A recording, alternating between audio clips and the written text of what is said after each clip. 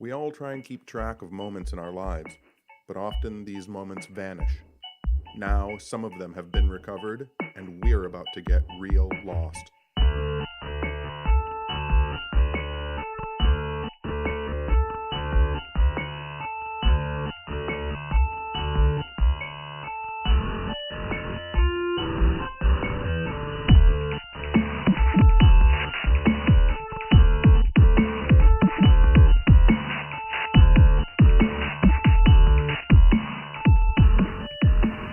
Hey everybody, this is John Tenney, the host of Real Lost. Welcome to episode 5 of the podcast where we listen to the strange reel-to-reel tapes that I've collected over the past 27 years and try and figure out what's going on some of them. Over the last 4 episodes, there have been some mysteries about what these reel-to-reels contain and what's going on inside of them. In the first 2 episodes, there was a channeling session going on. We knew that it took place in Phoenix. We didn't know who was doing the channeling session. In episode 3, there was a very strange, almost hypnotic induction thing going on. In episode 4, there is the weird Krishnamurti stuff. If you listen to these episodes, you know that there's little things that pop up here and there that we don't really quite understand. So, now, I've never heard these reel-to-reels before, so I don't know what's on them. And when I was listening to this week's episode, which is arguably the longest one so far, it's about 45 minutes long, I was shocked when I heard what I imagined to be a certain person. We'll talk about that after you listen to the recording. But it answers some of the questions, especially from episode 3, and any mysteries that would have been brought up in this episode, I think, are pretty clearly answered. So I'm going to keep this intro short because I want to be able to talk about what happens afterward. You can skip ahead and try and find where it ends if you don't want to listen to this kind of insane babbling but still somewhat interesting description of the parts of man, which was another clue as to what we were listening to. And when we get back on the other side, we'll talk about exactly what this is. So here is episode 5 of Real Lost, and I hope you enjoy it.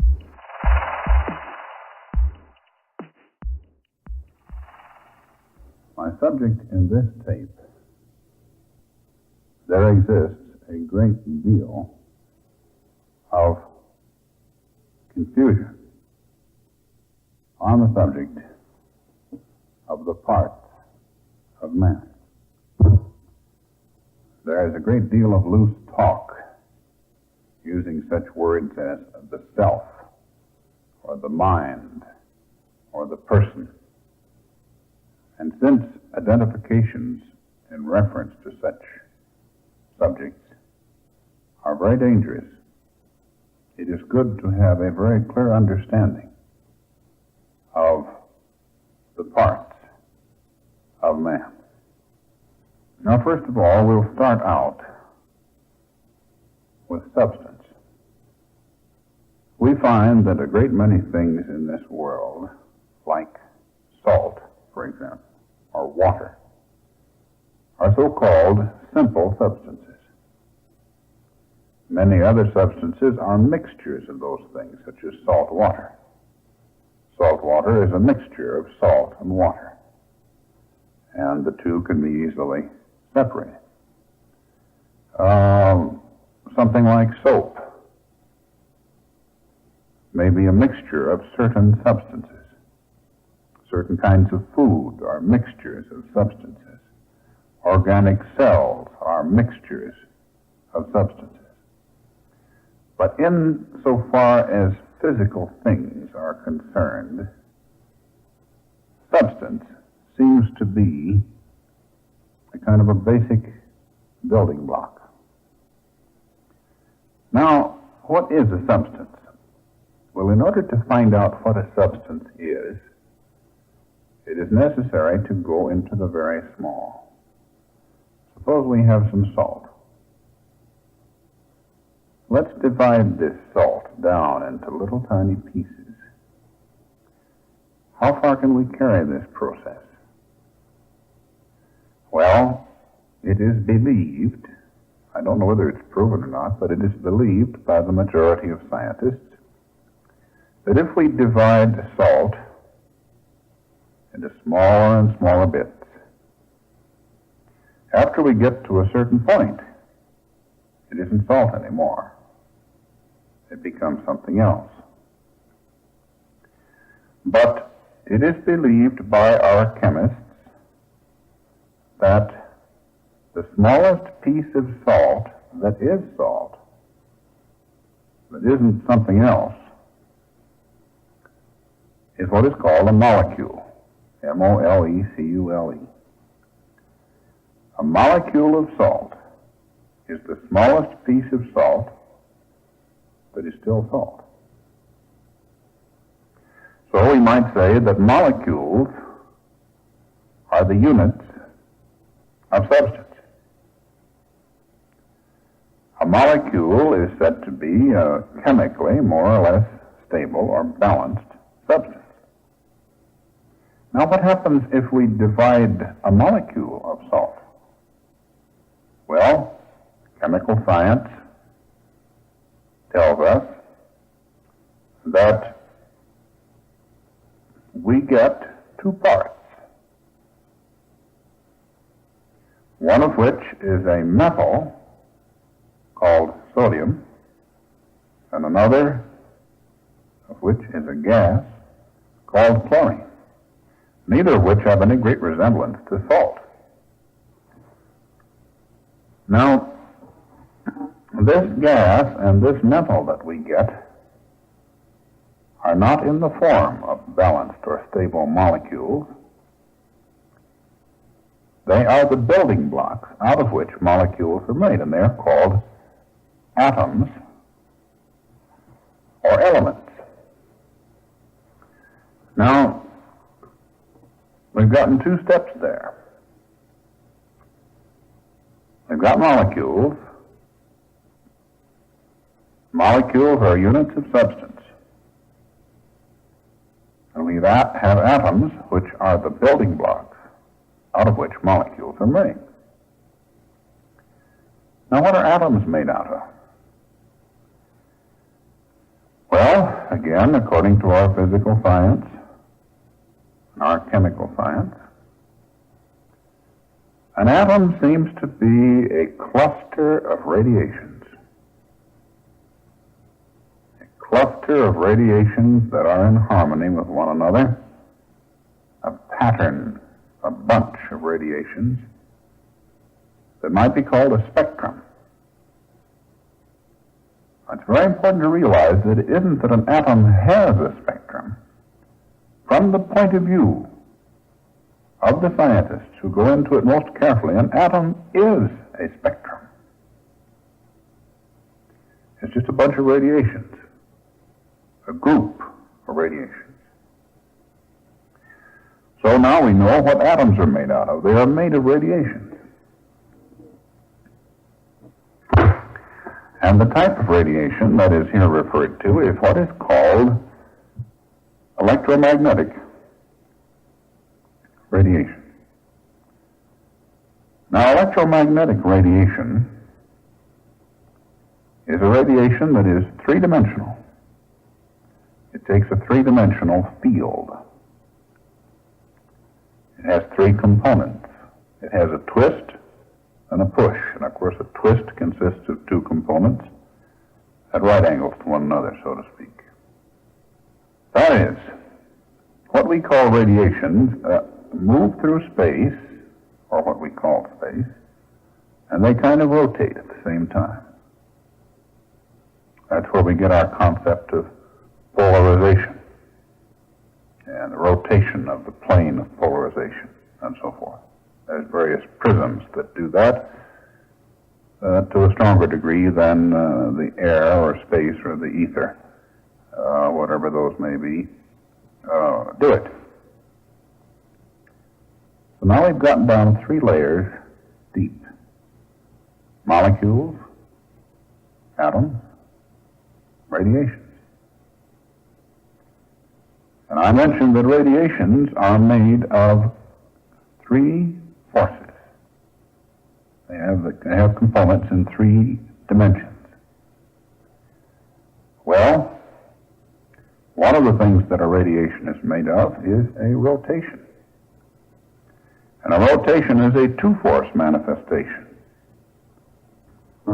If two forces come together at right angles to one another, they're very apt to cause a turning, rotation, an eddy, a vortex.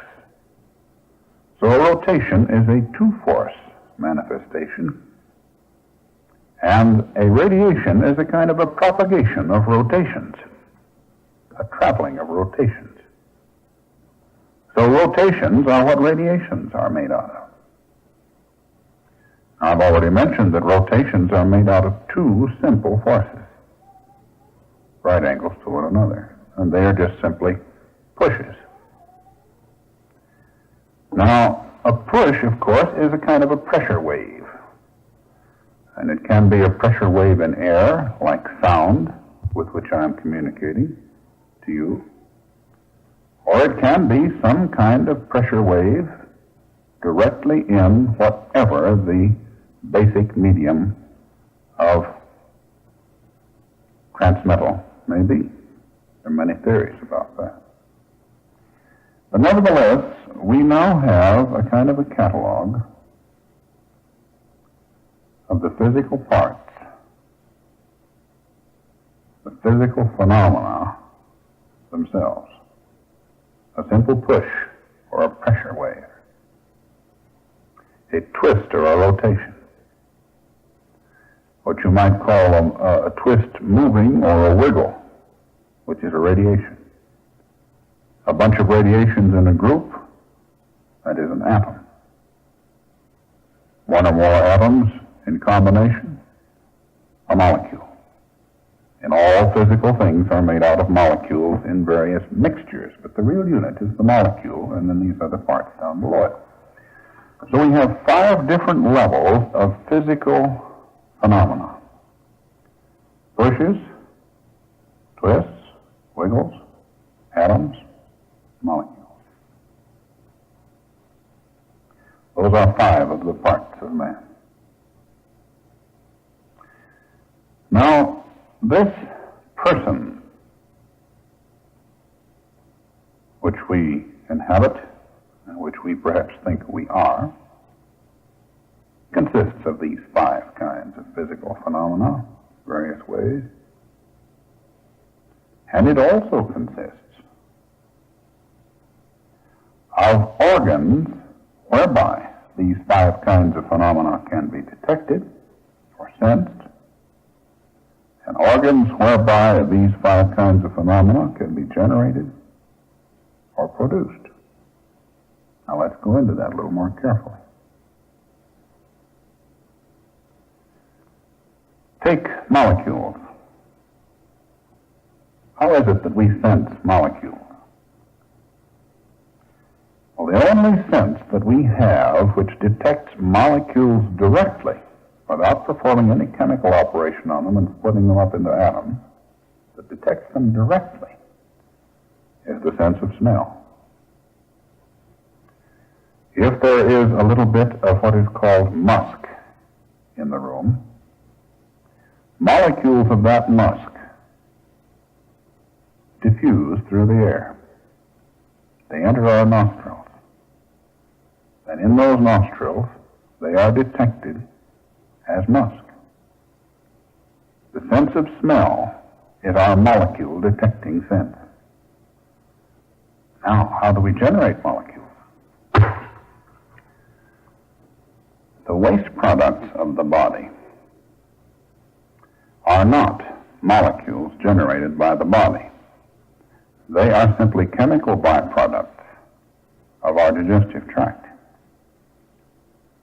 But there is a molecule that is produced by the body.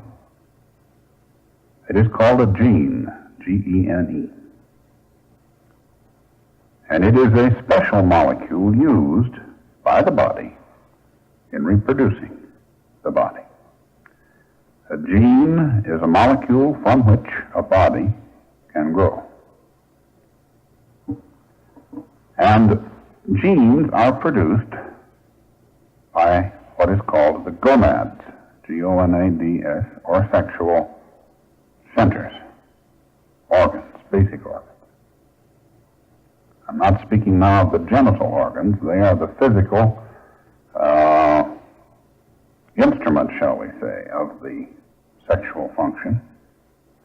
I'm speaking of the gonads themselves, the ovaries in woman and the testes in man. These organs produce genes, and the genes are embodied in larger organisms called the ovum and the spermatozoon. So our gonads are our molecule-generating or producing organs. Now you can see on this one level, the molecule level, we have a sense that detects molecules, and we have an organ that produces molecules. Now, on our next level of physical phenomena, the atomic. Atoms are parts of molecules. They're unsatisfied by themselves. They have a tendency to want to join and form molecules. The energy with which they join, their thirst for joining, their desire for joining, is what we call chemical energy. Therefore, atoms are the field of chemistry. Chemistry is the study of atom reactions, atom forces. I'm not speaking of forces within the atom. I'm speaking of forces between atoms. So, the general level of the atom is the level of the chemical field. Now, what is our chemical sense? What is our chemical organ of activity? Well, the sense of taste is the sense whereby we judge chemical tensions. Our sense of taste is highly developed in some respects, not as highly developed as the instruments of the laboratory in many other respects. But nevertheless, we have this sense of taste. And by means of this sense of taste, we can detect to some degree how salty something is, how bitter it is, and so forth. That's a chemical test. It is not detected. Those factors are not detected by means of molecules alone. They are detected by actually making a wet solution in the mouth and testing its atom tension. It is really the sense of taste is really a small chemical laboratory. Now, the sense of taste, of course, is, in a way, the entrance to the whole digestive system. And the digestive system performs chemical operations on foods that we take into the body, makes use of some of those chemical byproducts, some of those chemical energies, and then rearranges the atoms which are taken into the body into waste products, which are different substances. So the digestive tract is our organ of atomic or chemical activity. Now we've gotten 2 of our 5 stories straightened out. We have, on the level of molecules, we have molecules of which the body is composed. We have its apparatus for detecting molecules, the sense of smell, its apparatus for producing molecules, the gonads. On the second floor, we have the chemical tensions, which are part of the body's metabolism. We have the apparatus for detecting chemical tensions, sense of taste. And we have the apparatus for working with chemical tensions and creating new chemical arrangements, the digestive tract. That's our second floor. Now the third floor is concerned with radiations. There are radiations within the body. There's the body heat.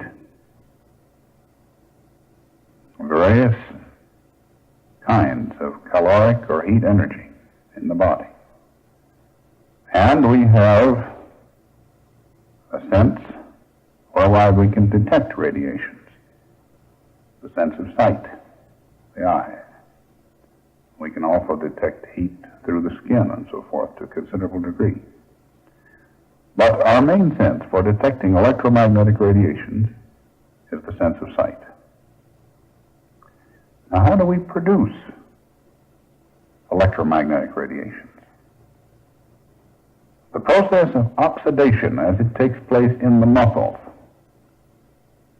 is the principal way in which we generate heat. That is where the burning of the body's food takes place. Those of you who are well acquainted with physiology may know the details of this much better than I do. But the process of oxidation is our principal burning process in the body, and it takes place principally in the muscles, perhaps also to some degree in the digestive tract. But if I understand it correctly, it takes place principally in the muscles. Now, our muscles, of course, are used for moving us around. They are our means of exerting strength. You might say that the legs are the limbs with which we exert strength more habitually. The arms we use for pointing out things. We use them expressively more, say, than we use the legs. So if you want something handy to remember, you might say that the legs are the organs with which we express this oxidation process. The organs with which we create radiations. You walk or run a long distance, you get heated. Your legs get heated. We generate heat in that way. Of course, any muscle that is used for production of strength will get warm. That's the way we generate heat. So here we have the third level. We have the radiant energy in the body, the heat, and we have a means of detecting radiant energy, the eyes, to some extent the skin. We have a means of generating radiant energy, the muscles. I might also add that it is what is called muscle tonus, which is an undirected activity of the muscles that keeps us warm. Now, that's why we shiver, by the way, when we get quite cold. That is an exaggerated muscle tonus to get us warm. Again, shivering is a way of getting warm. It only happens when we're very cold, and that's how we try to help it, by putting something more on or getting where it is warm. So that's our third floor. Now, the fourth floor has to do with rotations. And since we're discussing rotations, I should like to mention that a spinning top, or a gyroscope, has a property of helping establish balance. And also it has another curious property. If you take a gyroscopic wheel, which is rotating at a high speed, and you push in such a way as to twist its axis, the motion will appear at right angles to the direction in which you push. In other words, a rotation, a spinning wheel, has a tendency to change direction of the force applied to it. Even more simply, in a sense, if there is a wheel that's spinning at a great pace and you point your finger right toward it, it will tend to knock your finger to one side, thus changing the direction of the force that you exert. Rotation has the property of transforming something at right angles. Now, there may be many rotations and equilibriums, gyroscopic equilibriums, in the system. We're getting down now into the very subatomic It may not be easy for us to discuss just how these are present there. Of course, since atoms are there, all their parts are present. Atomic equilibriums, rotations. But we also have a sense whereby these things are detected. We also have an organ whereby it is manifested. Now, how does that take place? Well, take one of your fingers and press against the face of the first joint of one of your other fingers. The message is communicated through the nerves to your brain that you are doing so. And yet you're pressing at right angles to the direction which the nerves take in giving you that message. What has happened? When pressing against the molecules and atoms which go to make up that finger, you pressed against some rotating elements.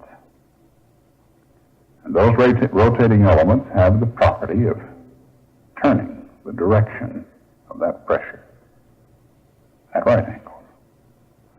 Now, they may turn it at right angles clear out of space and into time. They may just change it in space. But I believe that in regard to the nervous system, the impulse is perhaps transformed in a very radical way. Now, the transforming element which makes it possible is the rotating element that is in the person. And the transmission of this impulse from your finger to the brain, our sense of touch, in other words, is the sense by means of which we detect these rotary balances. Now, of course, the opposite sense, the one which helps us control our muscles, not just to exert strength, but to move our hand in a certain position to articulate the motion. That's the reverse procedure. Something comes from the brain, and it governs the muscles and how they are used. So that if we make a gesture, we have taken something which came from the brain and put it into motion, form. We've given expression, we've communicated. So here on level 4, we have a sense which makes use of the transforming property of gyroscopic rotation. And we have an organ of activity, the ability to direct and generate motion, to make gestures, bodily communication, so to speak, that expresses these gyro transformations. The arms are the two limbs that are used more for gestures than the legs are, shall we say. So you might, if you like, think of the arms as the limbs which affect this transforming power, changing thought into gestures.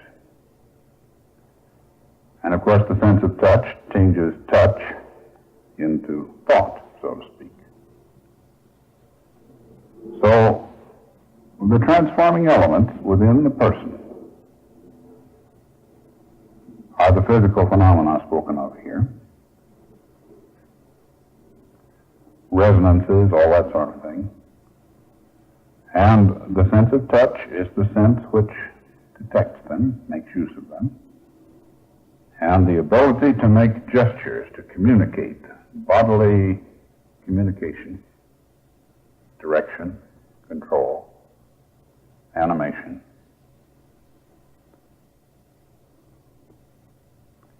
That is the organ of action which corresponds to this 4th level, physical phenomena. Now the 5th level, simple and direct pressure, is known to us mainly in the form of sound. We have an organ which detects sound called the ear, sense of hearing. We have an organ which produces sound called the voice. Now, I'm well aware that the sounds we hear with the ear and the sounds we produce with the voice are sounds in a molecular medium called air. But it appears to be so that it is possible for sounds to be transmitted by extrasensory means, generated and transmitted by the mind without the use of air or any other connecting medium at all. That would be the direct sense without being part of the molecular picture which our air surrounding us is. So here we have 5 types of physical phenomena that make up the person. We have 5 senses to detect these physical phenomena. And we have 5 organs of action which produce or generate them. There's 15 parts of man right there. Now again, these various types of things, pushes, twists, wiggles, atoms, and molecules, they operate in a medium according to certain definite laws which are expressed in physics as differential equations and so forth.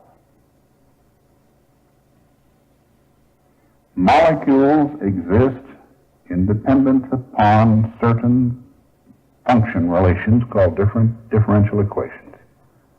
And they may be something that is determined by the field in which the molecule exists. So the molecular field, the kind of space in which the molecule exists, the kind of law which governs it, which may have a whole lot to do with the energy charge in that space and a whole lot of other things about it, that produces or governs the type of molecule that can operate in that field. It may well be, you know, that sodium and chlorine, the metal and gas which go together to make up salt here on Earth, don't do that at all in another field, on the Sun or on Mars. We don't know too much about that. But the point is, there is a field, and the law of the field governs the way in which molecules grow. And it may be different under different circumstances. For example, salt crystals may form quite differently in the presence of an intense magnetic field, which would be a distortion of the molecular field in which the salt crystals form. I don't happen to know whether that's true of salt, but I know it's true of some substances. Light rays behave differently in a magnetic field and so forth. So the field is the atmosphere in which the molecule forms. It is the law which governs the formation of the molecule. It is the matrix, the mother of the molecule, so to speak. Why is it that salt crystals form pretty much the same all over the world? It is the law which governs the molecule. The field in that case is pretty much the same. But the field outside of a human being is quite different from the field inside the physical body in various places. So, we cannot consider the molecule without considering its field. We cannot consider the radiation without considering the field in which it grows. We cannot consider the atom without considering the field, the law which governs it. So you might say we have here 5 ethers. We have a molecular ether, an atomic ether, a radiation ether, a rotation ether, a pressure ether. 5 mediums. And apparently these 5 fields or governing laws or mediums or matrices, we'll use that word matrices. It's a plural of matrix, M-A-T-R-I-X, which is an old word meaning something like mother. The 5 mothers, the 5 matrices, are the areas in which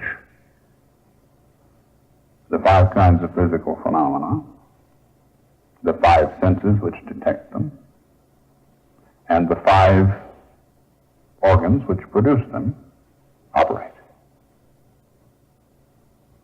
So, in addition to the five kinds of phenomena themselves, we have the senses which detect them, five, the organs which produce them, five, and the fields which mother them, five more. Those are 20 parts of man. Now let us consider for a moment that the organism which we call man is made up of these 20 parts, which are really just 20 different classes of phenomena. Well, the fact remains that an organism called man may operate quite differently from another organism called man. One man may become integrated, may be an organism operating in such a way that these 20 parts are in harmony. Another man may disintegrate, either by the process called death or by psychological processes that are disintegrating.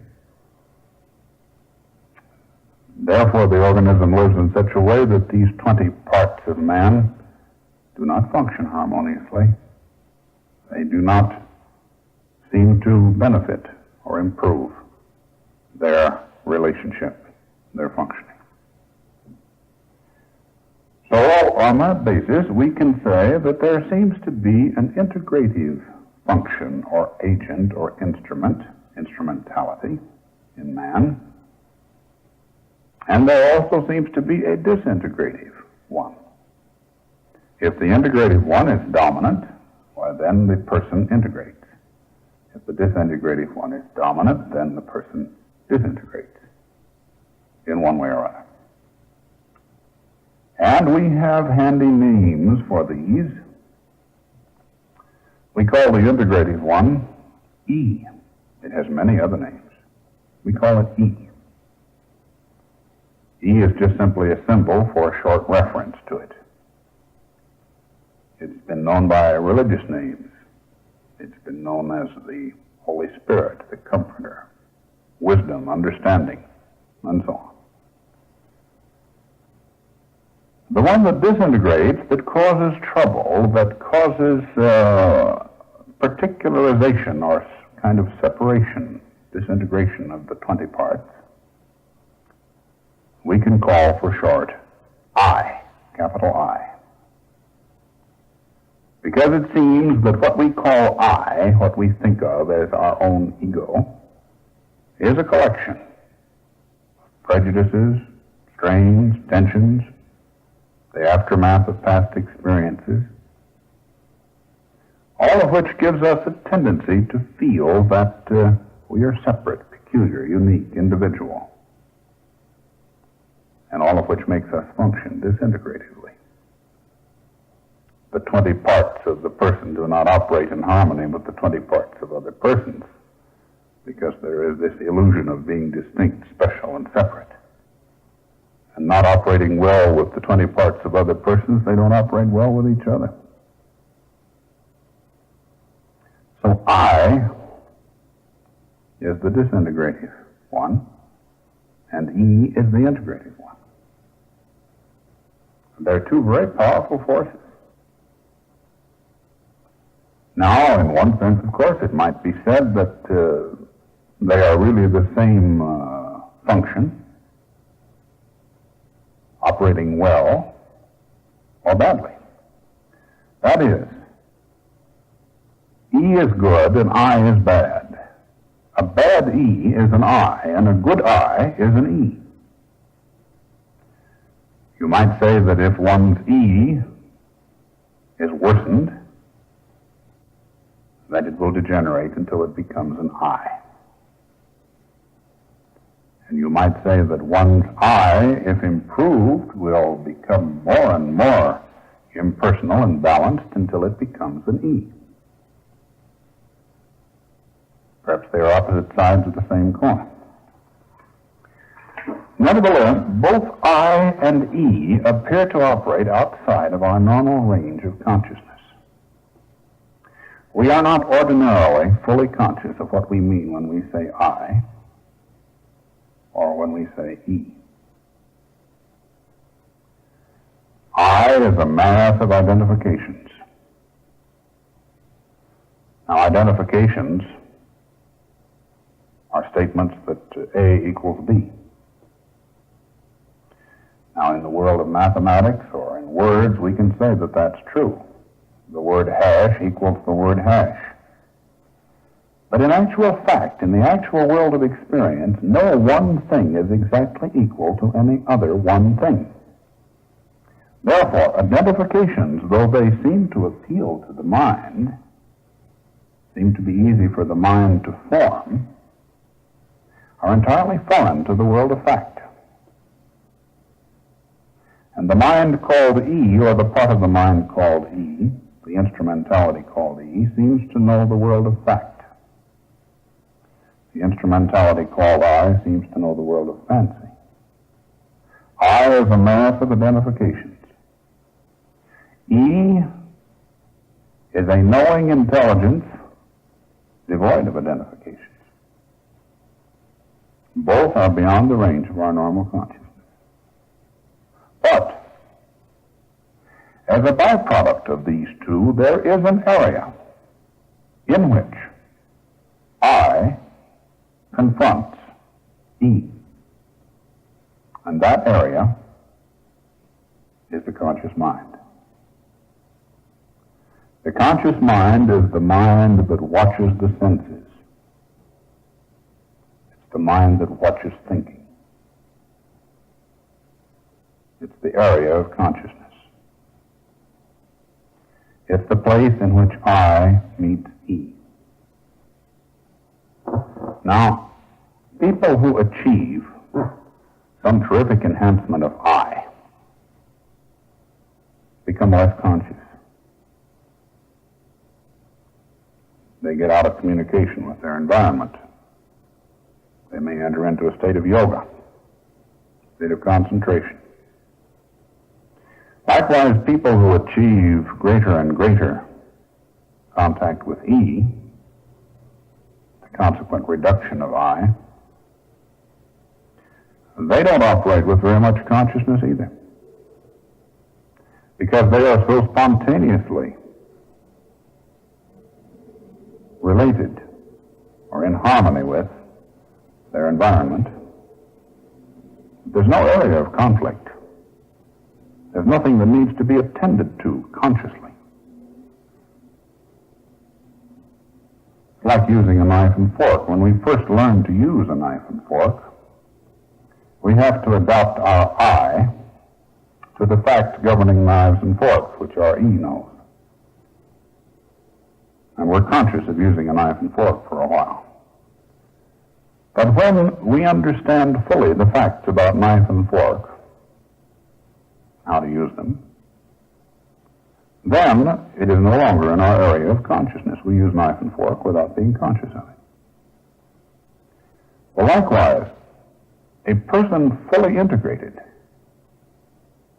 a person whose I has been entirely transmuted into E, or whose I is gone and E alone remains, may not be a person that has this type of consciousness that we ordinarily think of as being our conscious mind. Such a person is in perfect, spontaneous harmony with all things.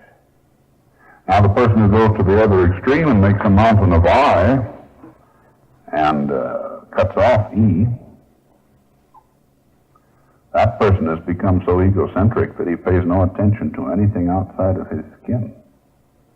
Perhaps not anything even inside the skin. He's only concerned with a certain awareness, a certain form of consciousness. And that consciousness is so internal that the individual cannot be said to have consciousness in the ordinary sense that we do. Consciousness of an area of conflict or a resolution of difficulties or whatever you may call it. So, we had our 20 physical parts of man. We've added E, we've added I, we've added the conscious mind. That's 23. Where did it start? And where is it going?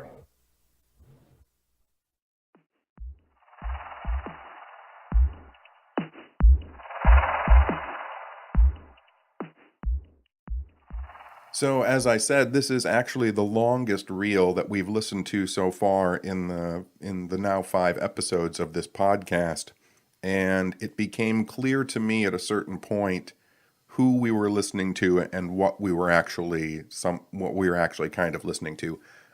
So you have now just listened to L. Ron Hubbard, the founder of Dianetics and Scientology, explaining the parts of man. And this actually clears up what's going on. That's a Dianetics joke. If you get it, look up clears and Dianetics. But if you, it clears up the mystery of episode 3, which is that He Knows All About You, which is also L. Ron Hubbard. So we have now listened to 2 reels of L. Ron Hubbard from the 1950s. Now, this recording in particular was made in 1952. That's a little bit that was cut out because the tape was breaking as I was digitizing it. But if this is indeed, and I believe it to be L. Ron Hubbard in 1952, then this is the same year that the book Dianetics was first released. This is also when L. Ron Hubbard was living in Phoenix, Arizona, where he started making reel-to-reel recordings and sending them out all over the country. He was doing this huge lecture series and sending it out to people. And so somehow or another, we've stumbled across this recording, which comes from those original recordings right at the founding of Scientology and Dianetics.